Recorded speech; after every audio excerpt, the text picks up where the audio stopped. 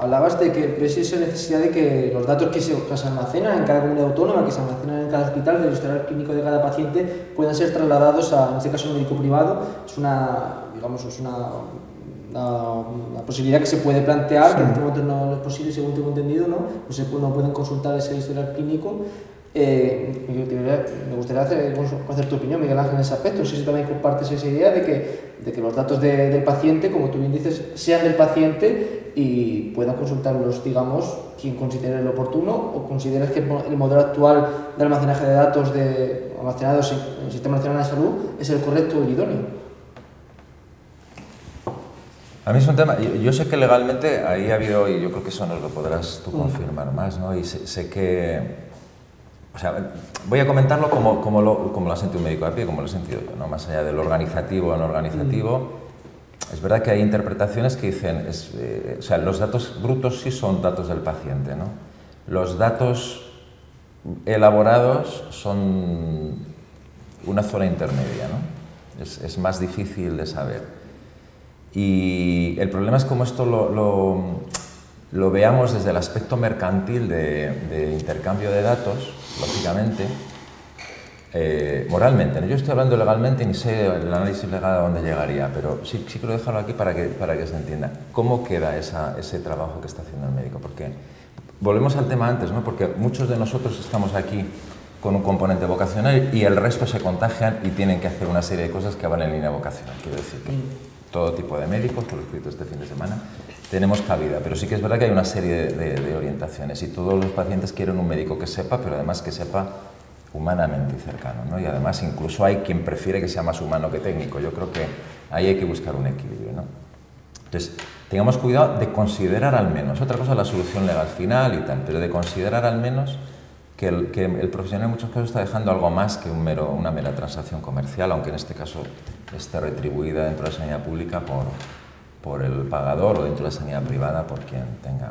Entonces, a mí me genera este tipo de problema, como para convertirlo casi en una cosa que se puede independizar. Ahora, no soy experto legal y no lo podría decir.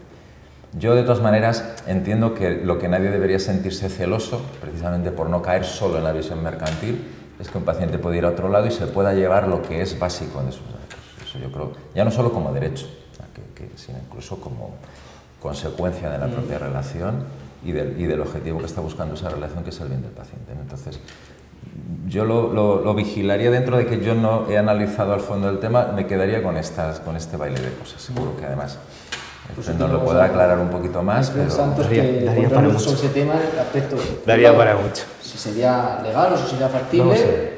¿Hasta dónde se puede llegar en esa línea? Es que partimos de una delegación de competencias en las comunidades autónomas donde ni siquiera tienen un mismo sistema para la identificación única de pacientes, con lo cual yo estoy en Madrid y me quiero ir a Barcelona, a lo mejor no me puedo entrar en el registro para ver lo que me han hecho en Madrid porque en Barcelona no me deja porque el sistema de información es completamente diferente. A partir de ahí, todos conocemos la ley de autonomía del paciente, donde es un derecho fundamental del paciente disponer de las pruebas y de la información médica para que el paciente efectúe con ella lo que considere oportuno. Y al hilo de lo que comentaba Alfonso, yo soy partidario de que el paciente, que al fin y al cabo es el centro de la relación médica, sí pueda en un determinado momento decidir si la prueba que me ha efectuado este médico tenga una segunda opinión, me da lo mismo pública o privada en otro aspecto, y poder que ese segundo médico, tercer médico o cuarto médico puedan acceder a mi historial clínico, pero ya no con la incomodidad que me parece a mí que un paciente va al centro público y dice: mire señorita, solicitud de derecho de acceso a mi información médica, tome copia de situación, sino ya un sistema público unitario para toda España, donde cualquier médico de cualquier, ya no hablo de privado, sanidad pública, puede ver lo que se le ha hecho a ese señor. Inclusive poder consultar ese informe médico o ese historial médico con un compañero en Finlandia o con un compañero en Estados Unidos, en el cual poder contrastar opiniones para darle la mejor atención al paciente, que eso ya existe. Entonces, creo que hay que avanzar un poquito más, no moralmente. A mí yo moralmente estoy completamente de acuerdo contigo, tanto en este aspecto como en la relación médico-paciente. Pero sí creo que hay que dar un paso más porque sí al hilo de lo que me contabas de globalización del mercado, sí, por supuesto, la historia de un paciente nunca puede ser el mercadeo de terceras empresas, no. La historia de un paciente, o igual, la salud de un paciente tiene que ser la principal. Moralmente y económicamente no, pero esa es la principal. A partir de ahí, creo que quedan mecanismos, y creo que la Unión Europea lo está dando a través de la, como vuelvo a reiterar, la directiva transfronteriza, en el cual establecer puntos de unión conexos en la Unión Europea, donde todos los hospitales que se adhieren a ese punto de conexión que a día de hoy está de prueba, puedan utilizar la misma referencia de pacientes y puedan acceder a las historias clínicas de esos pacientes en cualquier parte de la Unión Europea. Entonces tendríamos que ir hacia a esa evolución, que un paciente decida con qué médico, porque en una relación médico-paciente, tanto un paciente como un médico puede perder la confianza, por X razones.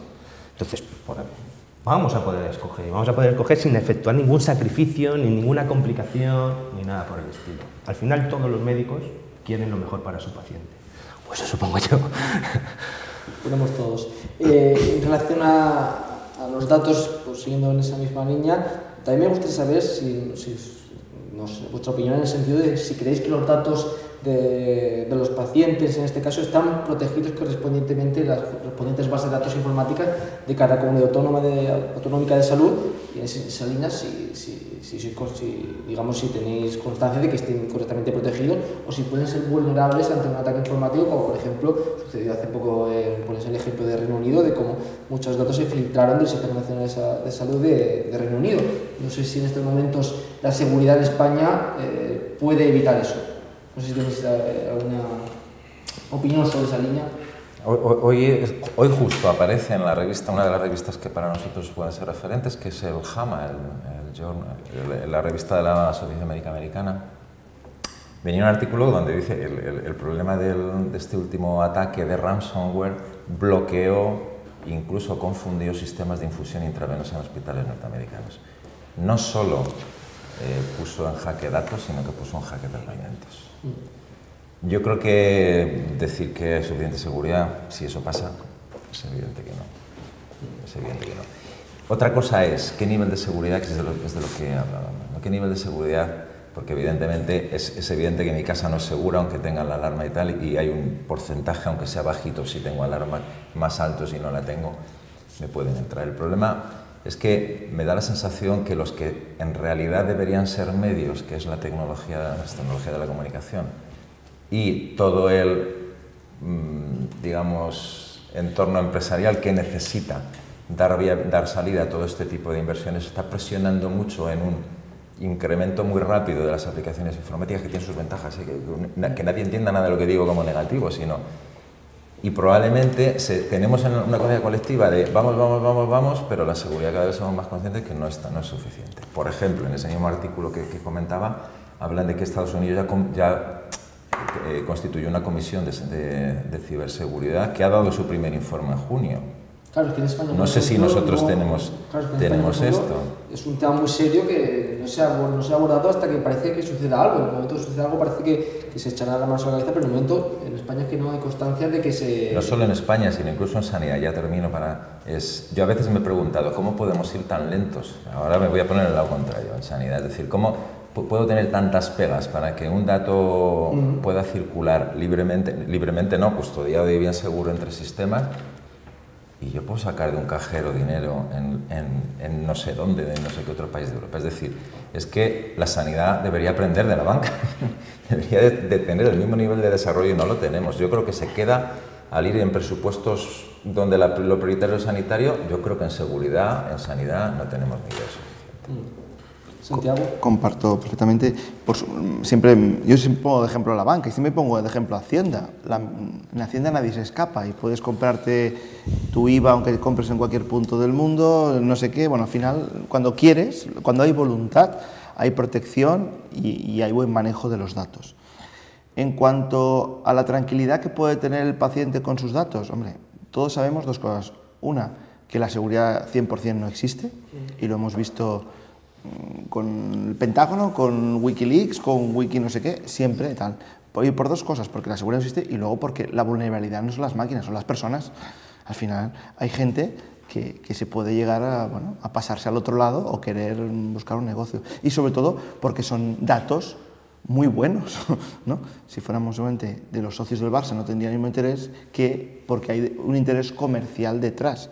Nadie va a querer mis datos para hacer nada más que para venderme cosas o saber cómo estoy, ¿no? Entonces, en el tema de la tranquilidad que puede tener el paciente, yo la quiero tener, la misma que tengo con mi banco, la misma que tengo con esto. Pasa que la seguridad al 100% nunca va a existir, igual que nos pasa con los virus, siempre van a haber virus, o tantos virus sanitarios con virus informáticos. Primero va el virus y luego ya vendrá el antivirus, ¿no? Pero sobre todo la vulnerabilidad va a estar en las personas. Fred, esta línea. Vamos a ver, en esta línea yo me acato a lo que es puramente regulación. Vamos a ver. En temas de ciberseguridad hay que diferenciar, bajo mi punto de vista, 3 aspectos importantes. 1, la protección en sí de los datos personales del paciente. 2, la responsabilidad o las medidas de seguridad que se tienen que implementar en una red de comunicaciones o el sistema de información que utiliza esa información. En ese sentido, Europa ya ha sacado a la luz una directiva exclusivamente de ciberseguridad para elementos críticos de un Estado. Y entre esos elementos críticos se encuentra la sanidad, que España en poco más de 21 meses tendrá que adecuarlo al ordenamiento jurídico para establecer qué manuales, qué medidas técnicas organizativas efectúa para que en caso de un ataque o para estar protegidos sobre un ataque sobre ciberseguridad. Bien, a día de hoy en España está el Esquema Nacional de Seguridad respecto a dotar de seguridad a los sistemas de información, bien, que tendrá que ser sustituido por esta directiva de ciberataques o de ciberseguridad. Y 2, todo hospital, me da mismo público que privado, va a tener que darle no solo garantías al paciente en su relación, bien, como médico profesional, de oye, yo soy profesional, soy número colegiado, esta especialidad, sino que además va a tener que darle garantías sobre la custodia y sobre si su sistema de información cumple con unos estándares mínimos de calidad y de seguridad. Hablo de ISO 27000, etcétera, etcétera. A partir de aquí, ¿qué es lo que va a efectuar la nueva directiva de ciberseguridad? Pues en sí tenemos, por un lado, el órgano europeo que va a ser ENISA, que va a ser el órgano que sea el intermediario de puntos de ciberataques en los estados nacionales, en el sentido de España puede tener diversos que se le denominan CERSI, y si tienen algún punto crítico podrá acudir a ENISA, que es la entidad reguladora de Europa, para establecer entre ellos cuál es el mejor sistema para esa seguridad. 3, las aplicaciones. Las aplicaciones de medicina tienen que pasar por la homologación sanitaria correspondiente y tienen que obtener un certificado correspondiente en función de la modalidad de esa aplicación. Si solo utiliza datos personales, si utiliza datos médicos, si utiliza datos de investigación o otra clasificación, etc. Entonces, esas aplicaciones, o las empresas, perdón, que quieran generar confianza, y esto ya no es para los médicos, que también, sino para los pacientes, deberán asegurarse, que nunca lo hacen cuando se descargan una aplicación, ver qué datos recoge y ver qué información recoge. ¿Bien? Y sobre todo las empresas de seguridad informática que contraten con la administración pública o que se dedican a efectuar prestación de servicios informáticos con médicos privados o con la sanidad privada, lo más importante es que van a tener que desembolsar dinero para hacer algo que se llama Privacy Design. El Privacy Design, que se establece tanto en la normativa de protección de datos como en el tema de ciberseguridad, es decir, miren señores, nosotros vamos a emitir una partida dentro de nuestros presupuestos para ver si efectivamente mi aplicación, si efectivamente el sistema de información que trata la información tiene vulnerabilidades o no. Porque ¿hacia dónde nos dirigimos? Hacia ataques de ransomware, donde en vez de tener los datos de, a día de hoy, sexo, vamos a por los datos médicos. ¿Por qué? Porque los usuarios, cada día más, las aplicaciones de IoT, pues cada día las utilizamos más. Y, señores, yo os puedo poner un ejemplo, que esto se va a dar, en el sentido de, casi todos hemos estado ingresados en un hospital. Y casi todos en un hospital tenemos una televisión para poder verla, ¿verdad? ¿Cuánto creen ustedes que podrían pagar cualquier empresa tercera privada, me da lo mismo, farmacéutica o del sector de la sanidad, en el que al usuario cada vez que enciende la televisión le emita un anuncio exclusivamente para su enfermedad. Porque se sabe. Porque, señores, yo estoy... El dato de que soy paciente, estoy en el hospital tal, estoy en la sección de cardiología y yo, en la televisión que tú enciendes, yo ya sé qué anuncio me vas a mostrar porque yo ya sé tus datos personales. Ahí es donde vamos. Ahí es donde vamos. Entonces, la gente tiene que ser consciente de que la tecnología avanza muy rápido y que la legislación no avanza tan rápido. Y que cuando quieren sacar este tipo de legislaciones, y lo siento mucho, a lo mejor puede malsonar, van ya retrasados. Es decir, cuando lleguen a este punto de aplicación, ya, lo siento mucho, pero ya habrá por delante muchas otras cosas. Fren, también ya aprovechando también y abordando también el derecho sanitario, bien que se me olvidara, ¿se está preparando el derecho sanitario ante estas nuevos frentes, estas nuevas tecnologías? Esto que me comentabas también muy interesante del hospital. No sé hasta qué punto el derecho, a lo mejor incluso el derecho sanitario, te hago la pregunta, ¿va delante de la legislación el derecho sanitario en preparación o no?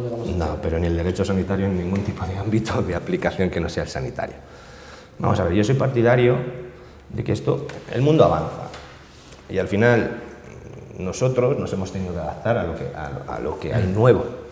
Esto creo que es una concepción que debería hacerse desde pequeñito, desde las escuelas, en el sentido de que les enseñen lo que van a manejar, que van a ser información digital, cómo se protege, qué tienen que tener en cuenta, etc. Ahora, nos extrapolamos a los médicos y a la actividad diaria.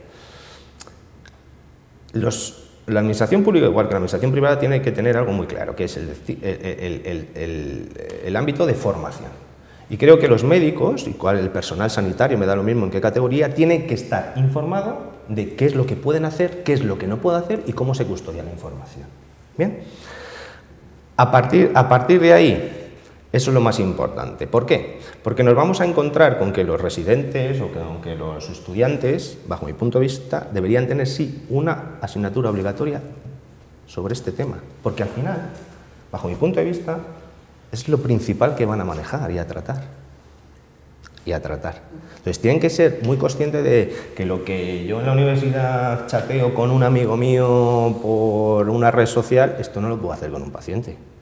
Y si yo lo hago con un paciente, me atengo a estas consecuencias. Eso creo que es lo principal y creo que hay que formar para ello. ¿Bien?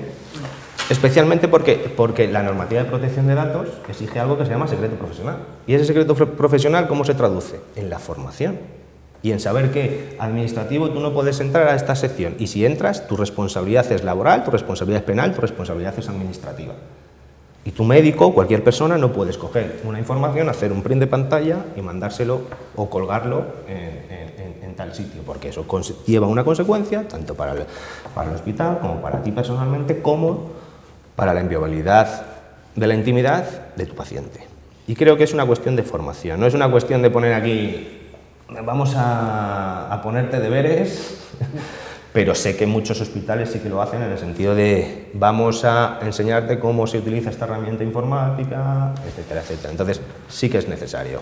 En ese caso, Miguel Ángel García, como responsable de formación de AMIT, no sé si seguramente tendrás más conocimiento de esta idea de lo que necesita el MIR, en este caso, el médico estudiante de la universidad, o de qué se debería hacer, como decía Fren, con los residentes en el hospital para que no incurran en estos errores.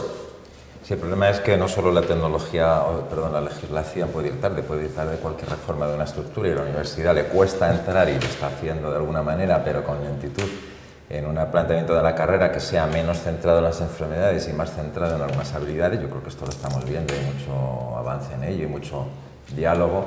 Y sobre este tema yo creo que se está viendo el problema y habrá que empezar a poner soluciones, porque de momento no existen programas específicos de formación en los estudiantes, hasta donde sé y hasta donde saben 2 o 3 compañeros que acaban de terminar la carrera y con los que está hablando para ver cuál es su conocimiento. Sí que parece que hay un programa y que lo incorpora en Zaragoza con el profesor Altisén, pero parece que es una cosa puntual y probablemente haya alguno más, pero en realidad esto efectivamente debería ser una de las cosas transversales, como todo lo transversal, con un espacio específico en un momento dado y luego con una práctica en todos los niveles. Eso es evidente. Yo creo que es uno de los pasos que quedará en esta necesidad.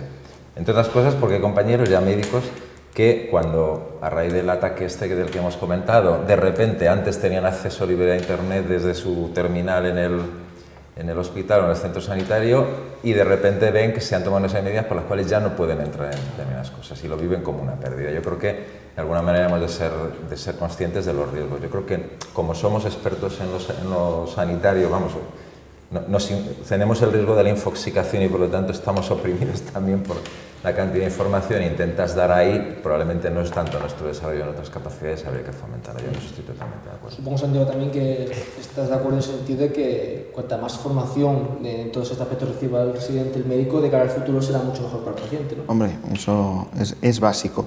Por supuesto que hay una formación que es la académica y luego también una formación de mi centro de trabajo. Me han de explicar no solamente cómo se enciende, cómo se apaga el ordenador, cómo funciona el SAP. Eso también es muy importante, porque si un médico no conoce a fondo el SAP, tampoco me va a poder prestar todos los servicios que ofrece el SAP, perdonar que diga una marca o lo que sea, pero es igual, o va a perder más tiempo. Hay que formarlo en eso, en cómo se abre la puerta, en cómo se atiende, en cómo me pongo la bata y en cómo tal. Y eso ya espero que el centro sanitario sea formación que me ofrezca mi empresa, pública, privada o la que sea, y eso lo debemos ofrecer. Y luego también explicarle todas estas vulnerabilidades, y al final todas estas vulnerabilidades no nos van a venir por aquí, nos van a venir y vienen cuando el médico se va a un congreso, entran como todos los ladrones por la puerta pequeña, no por la puerta grande, o sea, al final hay que explicarle, y al final la mayoría de gente es que no tenía conocimiento que conectándome a una wifi pública, a no sé qué, y eso es el pan nuestro de cada día, y eso porque muchos dicen, no tenía conocimiento, ¿no? Igual que durante mucho tiempo no hemos formado en relación médico-paciente, pues hay que formar y hay que avanzar, y sobre todo porque va a mejorar también la consulta. Y es un reto para muchos médicos, sobre todo para los de más edad, la tecnología. ¿No? Al final yo veo que siempre mi médico se pelea con la pantalla, porque cada 2 días le cambian el sistema, no encuentra la rapidez, entonces bueno, ahí hemos de entender que se ha de formar y que cuando aquella persona se siente en su silla, domine todos los campos. No esperemos que vaya aprendiendo. Nosotros tuvimos la mala suerte de nacer en una generación que tuvimos que aprender. Nadie nos enseñó ofimática o informática. De pronto tenías el WordPerfect y de pronto te cambiaron a no sé qué y ibas aprendiendo. Y todos cometimos errores de enviar correos electrónicos con copia 44, pero lo hicimos porque nadie nos lo explicó. Y si todo está basado al final por un cable, pues tenemos que explicar también tecnología a todas las personas, a todas. No solo el médico, al último, porque toda esa gente que se conecta a la wifi de un hospital, de un centro, está vulnerando la red del hospital. Claro, porque la desconocimiento de la ley no es su incumplimiento, por lo tanto, que sus sanitarios podrían incurrir en una multa, violar la ley en ese sentido, claro, podría suponer una sanción, ¿no? Sí, en teoría podría suponer una sanción, inclusive un delito penal por revelación de secretos, o la intimidad de daños y perjuicios contra el paciente, inclusive laboral para él mismo y administrativamente para el hospital o para la entidad privada sanitaria. Vamos a ver, luego habría que ver de esa investigación si verdaderamente el médico, el administrativo, la persona correspondiente ha tenido que ver verdaderamente en esa salida de información. Bien, yo solo quiero comentar 3 cosas a fin de recomendación y al hilo de lo que comentaba Alfonso. Nosotros tenemos la manía de llevar un portátil o llevar una tablet, engancharnos a la wifi y, señores, los terceros que van a entrar por tu cámara de vídeo. Entonces, yo una recomendación es tapar la cámara de vídeo cuando nos vayamos a hacer las salidas, porque es por ahí por donde entran a ver lo que tienes de información. Bien. 2, hay algo que los médicos, hablo de médicos, esto va para los médicos y en general, deberían familiarizarse con algo que se llama cifrado de datos, con algo que se llama no compartición de carpetas públicas cuando voy a un aeropuerto o a una wifi pública, etc. Y sobre todo algo muy importante, que ya lo señala la normativa, en lo máximo posible intentar disociar el dato. Es decir, yo lo que tengo es, voy a intentar no solo cifrarlo mi información médica, sino voy a intentar disociar el dato, en el sentido de que lo pueda anonimizar, o al menos pseudoanonimizar, en el sentido de, aunque me roben la información, ya sé que por muchas vías pueden obtener la data porque se pueden conectar, pero al menos no sé la identidad del paciente directamente. Y he establecido unas medidas de seguridad entre comillas, preventivas, por si me atacan, que cada vez es más común los ataques en este tipo de sentidos y más en lo que has comentado, Alfonso, de nos vamos, tenemos el portátil, nos conectamos a una wifi, etcétera, etcétera. Esa es mi recomendación. ¿Vale? Pues ya por último, como ya comentaba antes, pues vamos a conceder un último turno de palabra para que podáis realizar de forma breve lo que os ha dejado en el tintero o lo que os gustaría aportar ya para poner la guinda a este debate. Si te parece, empezamos por ti, Miguel Ángel, para que puedas poner ese minuto al cierre y cuando quieras. Bueno, en primer lugar decir que las tecnologías lo que ofrecen son muchas oportunidades. Como nos hemos enfocado desde los riesgos, yo creo que es evidente que a mí como médico me es más cómodo darle una tecla y que me aparezca una analítica que ponerme a buscar en una carpeta o encomendarle. Hay oportunidades en lo asistencial, hay oportunidades en lo formativo, porque es evidente que es un buen medio, una buena herramienta para potenciar la formación. Y ofrece también posibilidades en lo comunicacional, comunicativo, ¿no? Es decir, yo creo que esto primero que quede claro, ¿no? Porque como nos hemos centrado ahí, además yo mal, pues... Entonces, sentado esto, la segunda cosa es intentemos que esto a nivel de consulta reproduzca y facilite lo que ha sido la tradición, que es una relación que se basa en el beneficio del paciente, donde el paciente puede efectivamente contar con su información y puede haber un diálogo y una toma de decisiones. Es decir, que todo esto que se ha ido adquiriendo con la historia y con sufrimiento y con dificultad, no lo perdamos, y no solo no lo perdamos, sino siga siendo el paradigma en la medida en que no se le encuentre un fallo, pero que la relación siga siendo de confianza, técnica, etc. Entonces, que eso siga siendo Y luego un tercer nivel que sería un poco el nivel de lo institucional, fuera de la relación médico-paciente. Y aquí dos observaciones me gustaría hacer. Una, creo que tenemos que dejar de pensar que las tecnologías de la información van a reducir costes, porque lo que se hace con ello entonces es meter las tecnologías y no asegurarlas, que yo creo que es el gran riesgo que hay.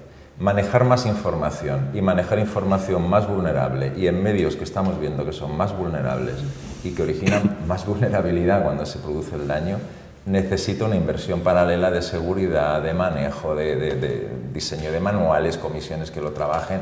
Vamos a quitarnos esto si queremos una medicina muy bien apoyada, una sanidad muy bien apoyada por las tecnologías. No tengo yo muy claro que eso vaya a reducir el coste. Probablemente lo que debemos buscar es mejorar la atención con más recursos, con los recursos que hagan falta. Y finalmente, y teniendo todo esto en cuenta, que la regulación, es decir, que el aparato administrativo, legal, estatal, como ha comentado mi compañero en varias ocasiones, funcione adecuadamente e intente no ir demasiado tarde. Tarde siempre va a ocurrir porque mientras se diagnostica no se puede tratar, pero al menos que en cuanto esté el diagnóstico demos el paso. Santiago, por tu parte. Por mi parte, por un lado, la confianza. Confiamos en nuestro sistema y confiamos que todo lo que me pase con el sistema va a tener una muy buena atención, sean mis datos, sean mis temas de salud. O sea, yo quiero que el sistema en un proceso de enfermedad se ocupe de mí y yo me pueda centrar en la enfermedad. Otra cosa es el acceso a mis datos. Yo, como usuario, quiero tener acceso a todos mis datos y eso tecnológicamente es factible. O sea, igual que yo puedo tener a mi cuenta bancaria todos los últimos movimientos que un paciente pueda tener. Creo que también va a beneficiar a la interoperabilidad entre diversos colectivos sanitarios. Luego, la telemedicina nos va a ayudar a todos, hay que dotar de espacios, o sea, los médicos, los profesionales sanitarios o quien sea, tener un espacio para poderlo dedicar a la telemedicina. La formación es importante para todos, para pacientes. No formamos en salud, ¿no? Salud pública, también la telemedicina entrar como salud pública. Y también creo que, y al menos algunas experiencias que he visto, creo que para algunos temas importantes de salud pública, los juegos de salud, ¿ya me entendéis?, son buenos. O sea, que el paciente, a través de la nueva tecnología, pueda no solamente mejorar la relación, sino mejorar su salud, sean contando pasos, sean haciendo carreras, sean tomándote no sé qué, va a ayudar. Y al final, mucha gente lo que no hace por obligación, lo hace jugando. O sea, creo que ahí también tenemos a favor algunos temas. Y nada más, agradeceros la invitación. Y por último, Alfonso Santos, tus conclusiones. Mis conclusiones. La primera es que no dejemos de ver más allá de lo que es una relación médico-paciente, como me han comentado ambos compañeros, en el sentido que eso es lo esencial. Lo segundo es que las tecnologías de la información forman un complemento que casi siempre es para bien. Intentamos tanto lo que ha comentado Alfonso, para los juegos, de incentivar, para la telemedicina, para la utilización de la información, pero que eso no nos saque del contexto, en el sentido de masificación de pacientes para los médicos, de cómo es una tecnología de información a mí me permite atender a más pacientes, etc. Dos, creo que hay que efectuar formación, tanto a nivel universitario, de los próximos médicos, como a nivel interno. Es decir, eso creo que es una obligación, creo que de los propios colegios de médicos y de las universidades en un determinado momento. Porque los médicos no solo pueden efectuar medicina, sino también pueden hacer investigación. Y por lo tanto también ambas cosas tienen que ir de la mano. Tres, esto ya es no solo para médicos, para pacientes, sino para los usuarios en general. Por favor, léanse lo que pone las aplicaciones cuando se las descarguen. Y por favor, léanse verdaderamente cuando vayan a entrar en una página web. Cuatro, Google no es la paradigma de todo. Es decir, yo voy a entrar a Google a buscar medicina, no es la paradigma del mundo. Bien. Y cinco, bajo mi punto de vista, no se deben utilizar las redes sociales para efectuar, a día de hoy, para efectuar opiniones médicas o, me da lo mismo, paciente contra el médico, bien, o médico respecto al paciente. Creo que hay otros canales de comunicación, creo que el paciente debe tener la libertad de poder acudir al médico cuando considere y hacerle las apreciaciones que considere, siempre bajo un respeto, pero no nos podemos amparar en una red social, en medios de comunicación alternativos, que son rápidos, pero que el médico, en un determinado momento, puede utilizarlo en su beneficio, pero también puede ser utilizado en su contra. Con lo cual, principalmente, esas 5 y 6, y por último, las médicos, igual que las instituciones públicas e instituciones privadas, van a tener que hacer frente a un cambio regulatorio muy moderno en los próximos 8-20 meses. Principalmente, el nuevo Reglamento Europeo de Protección de Datos Personales, que entrará en vigor en mayo del 2018, el tema de la Directiva de Ciberseguridad, que ya está aprobada, pero que España la deberá transponer dentro de 21 meses, el tema de la Directiva de Telemedicina Transfronteriza y el tema de la Ley de Investigación en Biomedicina o en los ensayos clínicos respecto a la información. Eso son mis conclusiones y muchas gracias. Pues con esto ponemos punto y final. Quiero agradeceros una vez más vuestra participación a este debate de Sanitaria 2000. Me ha parecido muy interesante todo lo que habéis dicho, sobre todo tu parte, Fran, en la que decías que se va a necesitar esa renovación en un plazo mínimo de 8 a 20 meses que ya está al llegar, sobre también la parte de que se necesita una formación que no existe, que no está vigente en los residentes, y también la parte de que hay que formar también al paciente, porque también es una pieza clave dentro de este sistema sanitario. Con esto ponemos, por lo tanto, punto y final a este debate de Sanitaria 2000. Espero que os haya gustado y os esperamos al siguiente. Muchísimas gracias.